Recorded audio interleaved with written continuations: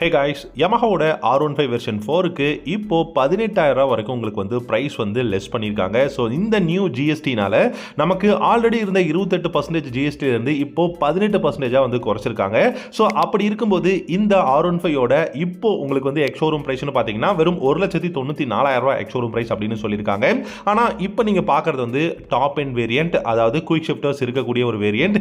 இந்த பைக் பார்த்தீங்கன்னா இன்னைக்கு இந்தியாவில் ஒரு பெஸ்ட்டான ஒரு தாறுமாறான ஃபுல்லி ஃபேட் பைக்னே சொல்லலாம். இந்த பைக்கில் குயிக் ஷிஃப்டர் இருக்குது, ட்ராக்ஷன் கண்ட்ரோல் கொடுத்துருக்காங்க, digital instrument cluster, Bluetooth connectivity, navigation, இந்த மாதிரி எக்கச்சக்கமான உங்களுக்கு சூப்பர்வான கான்ஃபிகரேஷன்ஸ் வந்து கொடுத்துருக்காங்க.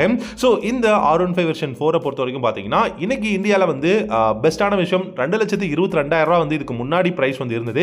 இப்போ 1,94,000 கொடுத்துருக்காங்க. ஸோ நமக்கு எப்படி பார்த்தாலும் அப்ராக்சிமேட்டாக பார்த்தா கூட ஒரு 17,000 18,000 வரைக்கும் இந்த R15 வெர்ஷன் 4க்கு நம்மளால் வந்து சேவ் பண்ண முடியும். ஸோ உங்களுக்கு R15 பிடிக்குமா இல்லாட்டி RS200 பிடிக்குமா அப்படிங்கறத இந்த வீடியோவோட கமெண்ட் செக்ஷன்ல கமெண்ட் பண்ணுங்க.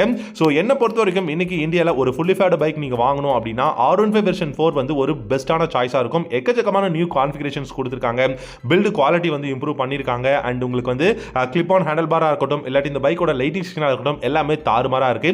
இந்த வீடியோ பிடிச்சிருந்தா லைக் பண்ணிக்கோங்க. Thank you so much for watching. அடுத்த வீடியோ